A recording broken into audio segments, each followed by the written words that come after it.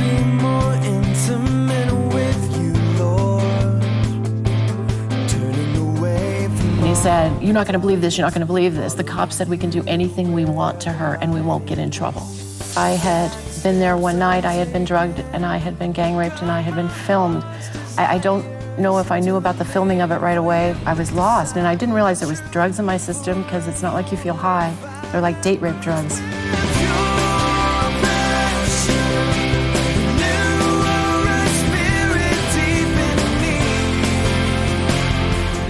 And I said, "Do you know any Christians?" And he kind of laughed and he said, "Why?" And I said, "Because this is evil and I promised God if he saved my life, I would help him. So I need to learn a lot of things really fast." And so he said, okay, but let's get you saved. Welcome to Pure Passion.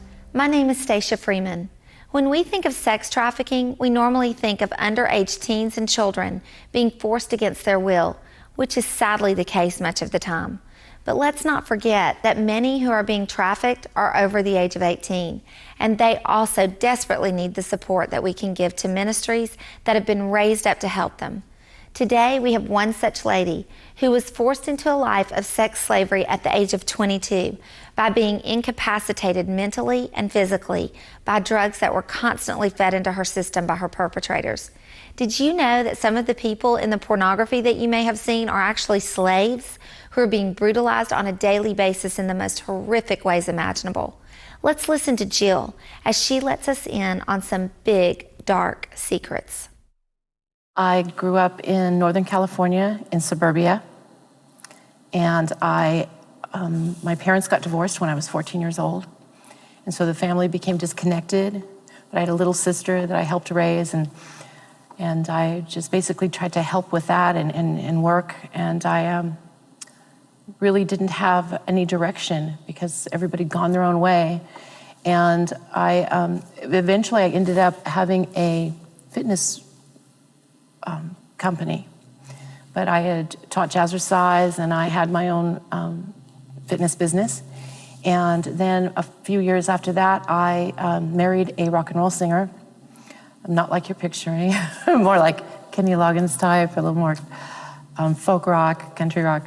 And I love my husband very much, but it was very intense, and it was probably emotionally abusive, and I tried everything I could.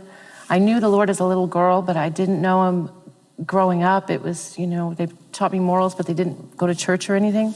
And so I didn't really know to pray for my marriage. I don't know what would have happened if I did, but I had to leave. And so when I left, I got in a car accident as a passenger in someone's car. And I was injured, so I couldn't do my dance fitness anymore. So I had lost my business, I had lost my marriage, and I was just really hurting, and I was very sad. And I had sang with my husband now and then, and so this girl that was having some jam nights locally, she would see me out with my girlfriends. We would just go out every once in a while, and to this one club that was in our neighborhood, and it was very, it was all friends. We knew everybody knew each other, and so it was more of a safe atmosphere in our minds, and pretty much had no trouble there.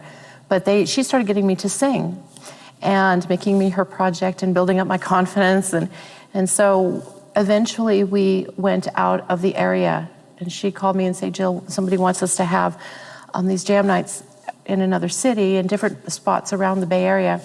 And I had gone there. And now in between this time, I was still like hurting, not knowing what I was going to do for a living, not knowing, I was just really hurt, and from the divorce, and my family really didn't seem to be really compassionate about the divorce, and so I was really kind of alone. And so during that year, I can't say that nothing happened before that they hadn't gotten to me before this. But what I remember is that when I went to this other town, it was only 20 minutes away, and I went there to sing, and then we met people, and we thought it was the same atmosphere. All our friends, mostly we were around the musicians, but then there's the people who come into the place that are the customers there, and you begin to have like a false sense of security. And so I needed a place to live, I needed to start over, and so I was told that somebody had a room and a place where I could go. And so I talked to them, and I know that after I had been there one night, I had been drugged, and I had been gang raped, and I had been filmed. I don't know if I knew about the filming of it right away. I had no memory of it, but I knew that someone had touched me, and I knew that they became completely different people the next morning. And it just was, that atmosphere was just, I knew I was in danger and that I was hurt. And because my family was kind of in disarray, I really didn't want to go to them. I didn't know what to do. So you're instantly homeless. And I'd never been homeless. I'd worked all my life. I grew up in suburbia, and I was lost. And I didn't realize there was drugs in my system, because it's not like you feel high.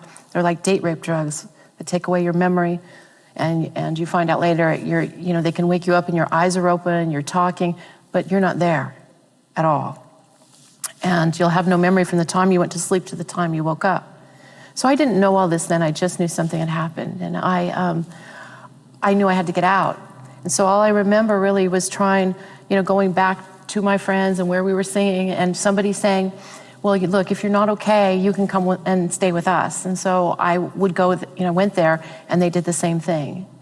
And it just happened over and over until I really, it took me a while to figure out what was even happening to me. And I think there was times where I'd get away for just a little while, and then they would come back, and I just stepped into basically a place where it was a game, and there were rings, and it was just a really bad situation. That was just like you couldn't even imagine. I wouldn't have imagined in my wildest dreams that what was happening in the United States and what was happening in the Bay Area would ever happen to anybody. I wanted to say that human trafficking is nothing less than murder, and it involves torture. It is cruel. The traffickers never intend for the victims to survive in human trafficking, and their life between now and that end, if they are not rescued, is a pretty torturous one, and there's a lot of suffering.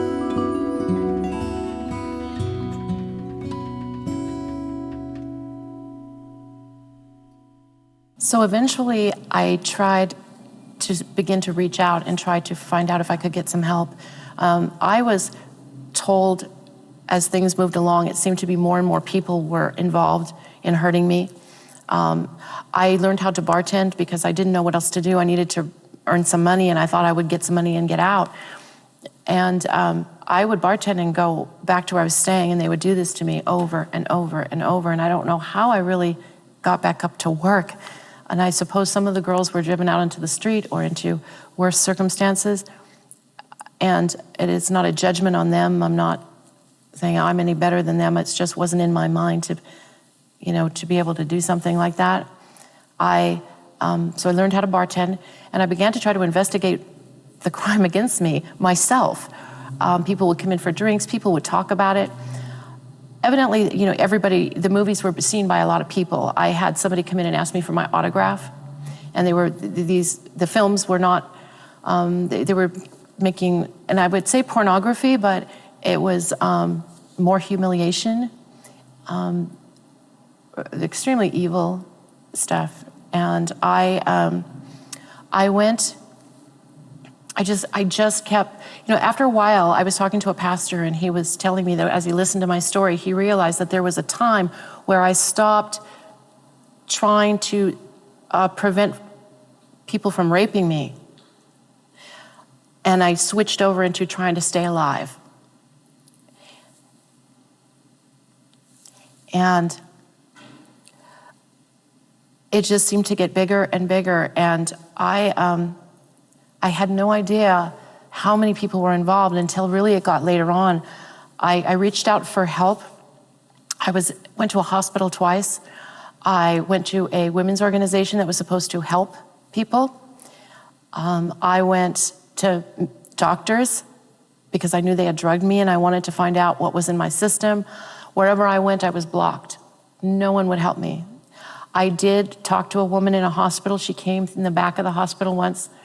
And she told me that, she said, Jill, I'm an advocate, but I also work for the district attorney's office, and we know about this crime. We've known about it for 7 years. She said, do you realize that you're a victim of a satanic crime?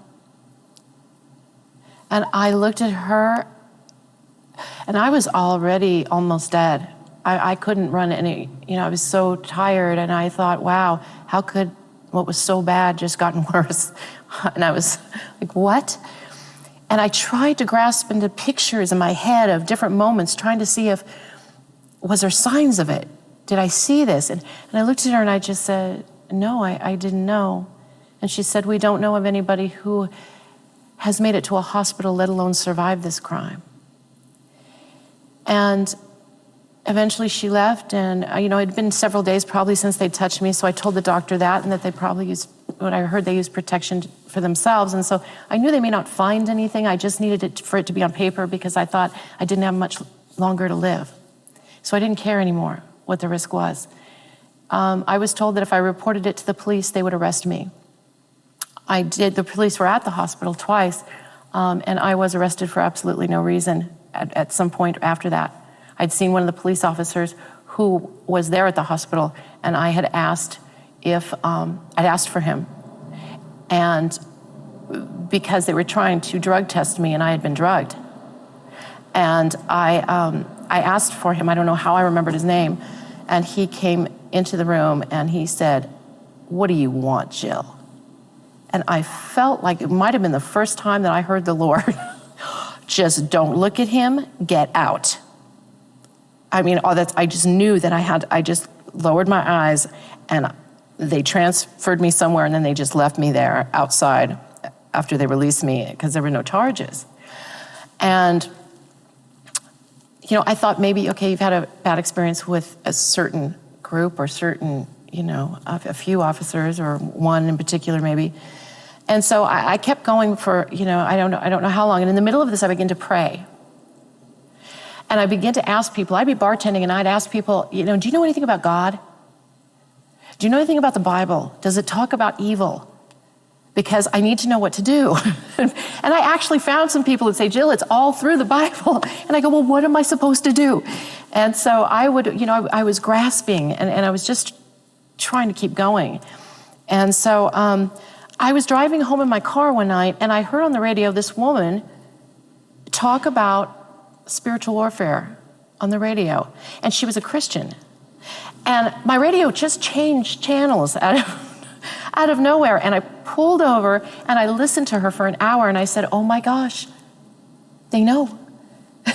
There's Christians and they know, they understand. And so I listened for the whole hour and I went back in to where I lived and it kept going.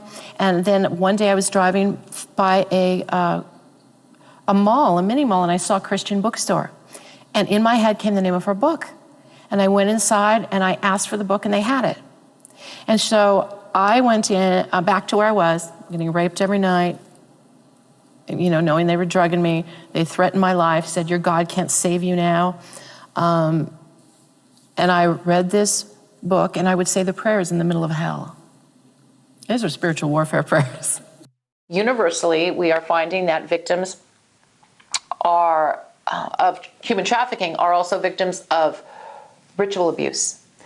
And it has happened in Cambodia where children were rescued and they asked for help to be free from something other than their perpetrators. And that was, the story came out that they were forced into rituals and witchcraft ceremonies.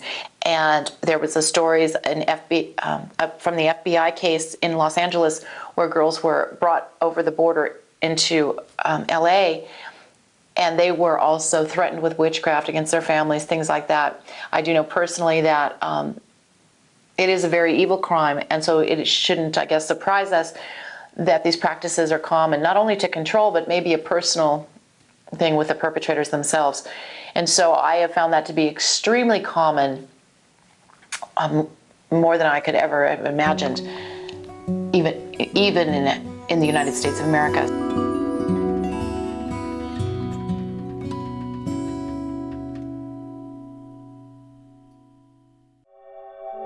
There are an estimated 27 million people that are being sold into slavery right now at this moment. These pedophiles will pay $400 to spend an hour with a child.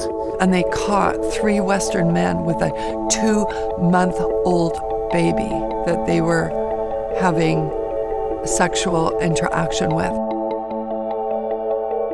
The darkness of the sex trade just ensnares so many of them that they become what they are doing, and they feel they're no longer good for anything outside of the sex trade. To watch her transform into somebody that believes in herself and has self-worth and sees herself beyond what somebody else says about her, it would be worth any amount of money. I mean, even if you could only help one person, I would say it would be worth it. I really believe that God has called us to this human rights issue for the 21st century. When I realized how evil it was, I began to call out to God, and without God, I would have never survived. I didn't know how to get out. I had tried before, and I got very confused. There was a lot of stuff. I know that they make it difficult for a victim to get out, because and plus I thought once I was too far away, then only the bad people would know where I was, and it would be easier to take me out. At least in the middle of everybody, I had the attention of a lot of people, and so my mindset was kind of, just to stay alive. And so anyway, I kept going and I kept fighting, and at one point, near the end of it, there was a time where I was in somebody's house, and God would send even criminals to help you at that point. I mean, people were arguing over who owned me in front of me, but people would be even they were disgusted by it. And so people that liked you, even from the bartender, or that met you and they knew what was happening, sometimes people would come and just get you out, or you would have died. And so one guy was trying to help me, and he was just a nice guy, and I was sitting on his couch, and his roommate came running home. And I just knew something was up. I knew there was an important moment, and I pretended to be asleep on the couch. And I was kind of shaking, so I was hoping it worked. And I heard him say, he was all excited, and he was just amped up kind of, and he said, "You're not gonna believe this, you're not gonna believe this. The cop said we can do anything we want to her and we won't get in trouble." Anything. That means anything. And so that was it. I thought, I had been running for 10 years, and that was unheard of, for you to even still be standing. And so I went to my hometown, which wasn't too far away, and I dropped my car keys in a garbage can because they'd found me wherever I went. And I got on a payphone and I said, "God, I hope you're good, because this is all yours. I've got nothing left. I've tried to fix it. I can't do this. I'm not going to make it." And I said, "I need you to find me the place to go, because I can't trust anybody." And so I got on the phone, and someone was going to finally, help me. And, you're also thinking shelters. I don't want to be asleep in a shelter full of people. You're picturing some gym with, homeless guys in there. And after what you've been through, you don't want to go through that. And so it was a domestic violence shelter, and all of a sudden the phone disconnected. I called them back, the phone disconnected again, and they were going to take me, and the phone disconnected again. And all of a sudden I thought, wait, I just prayed for God to send me to the right place. Maybe I should call the next number. So I said, "Can I call you right back?" Which was a huge risk. So I called the next number, and this man on the phone said, "Where are you?" And I learned not to say everything, but I said, "I'm a rape victim and I'm not getting any help." That's all I said. He said, "Where are you?" And he said, "You're only like, 8 blocks from us." So I got there, and I came in, and the man said, and he listened to me. I didn't tell him everything still, and he said, "What is it that you want?" And I just cried, and I said, "Nobody's even asked me that in 10 years. And I said, "Do you know any Christians?" And he kind of laughed, and he said, "Why?" And I said, "Because this is evil, and I promised God if he saved my life, I would help him. So I need to learn a lot of things really fast." And so he said, okay, but let's get you safe. And so he said, okay, he goes, "You know what? As a matter of fact, I know the social worker that's got connections you wouldn't believe. And she happens to be a Christian. But so she came along, and they said the first thing is, because they had men there, on one side of the building, they wanted to get me away from the men. And then I asked for Christians. So they took me to a place that was Christians, and they prayed over me the minute I hit the door. I told them everything. They prayed over me. They said, okay. And then they brought in a social worker who started a case for me for disability. And I insisted that it go down for what it was, that they wrote down what it was. And they would and the people at the shelter, they took home my paperwork so no one would come in and steal it. I mean, they covered me with protection, everything. And they were only supposed to hold me 3 weeks, but they said they would not release me until the Lord told them to, that they knew that they couldn't. And they had all of a sudden girls coming in with stories of little pieces of things that they said, this is not happening by accident. So God entered my life powerfully at that point. The woman who was the author of the book I was reading showed up, and Women's Aglow had sent me off to a conference to meet her, and she prayed over me, and she heard the story. God was just every step of the way making sure I was safe. And I lived on church grounds for 2 years with a key to come and go in one place. But they came after me again, and they let me know they would, that they're just waiting. And I've noticed, this is what I've learned about other victims, is they become, they know what's going to happen when I'm out from under your wing. And I began to give up at some point again, and my sister brought me to the South Bay, and I was helped by a ministry. They taught me the ins and outs of the ministry, and I went through my own healing and just spiritual training for years. And then I started out of Egypt again. I said, it's time. And I started out of Egypt because I tried when I first was rescued. And we started with a prayer campaign because I knew God's instructions were to get his people to pray, because that's how I wouldn't have made it without me praying for myself. Without God, it was going to be impossible. I know that. And without God, it's going to be impossible for others to get out. So I'm now in the Coalition to End Human Trafficking with the DA's office, the FBI, ICE. I'm the head of the faith committee there. I've been there since 2005. We do advocacy for Out of Egypt Network in the Bay Area. We network with all the organizations. We do ministry. We teach on spiritual. We just sent a DVD to Africa to train pastors on the spiritual battle, on what I've learned in the spiritual battle, and how what works and how it manifests in the physical. So I'm just reaching out wherever I can or wherever God leads me to. But my fight my battle is to expose that girls are still being drugged and filmed and raped here and beyond here, and from what I hear across the country. And they have not received help. And we're having breakthroughs. And my fight is that they're heard. And that anybody that has this problem or knows of somebody, that they will call us or call the national hotline.